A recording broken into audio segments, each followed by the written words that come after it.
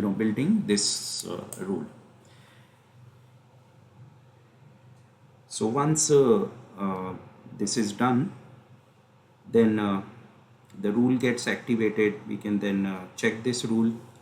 We can go to assign rule set, and our defined rule set uh, should be then determined as a executable rule. So I think we have created this one. So let's go for.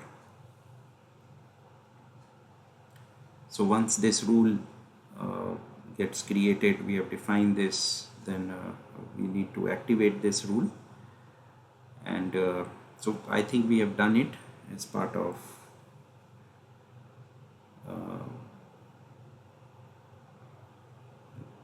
the rule set, which is basically the first rule set that we have created. So this is executable, and now we can open the NWBC and use an existing material. So in this case, in material governance, I can go to change material option, and we can then select FG129, and we can then select MAT02.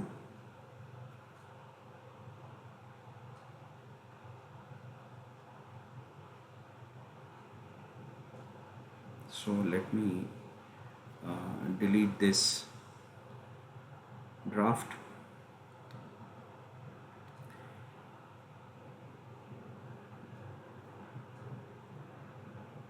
Then we say continue.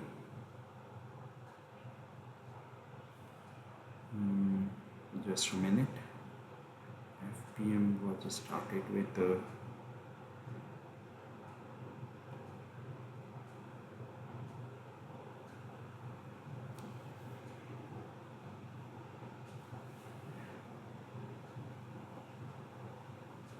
I can use this option, material governance.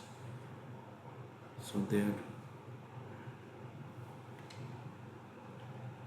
So let's see the status of the material. There may be some existing change request.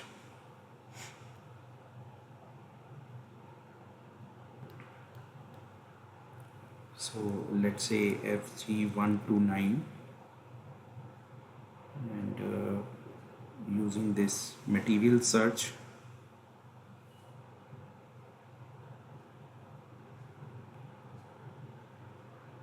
so there is no pending change request. So let's go to the data record. So this is the display of the material. So we need to have the input condition wherein for this given material,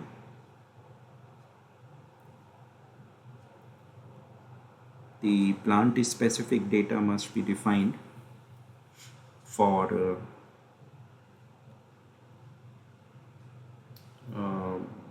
the MRP values.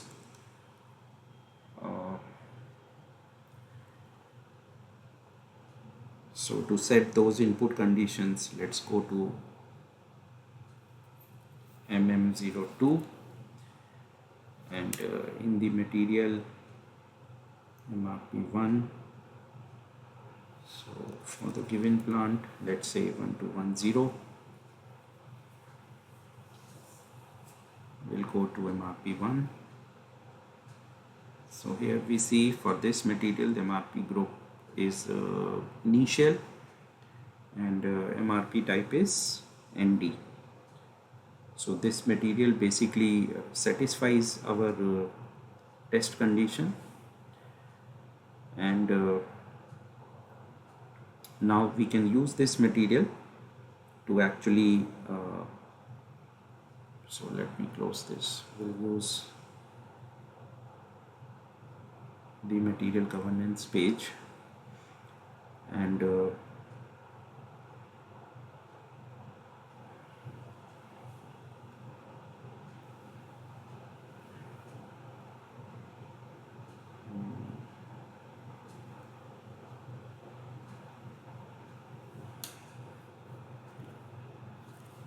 FG129, I can directly select this material and then I can use mat 02 and then say continue.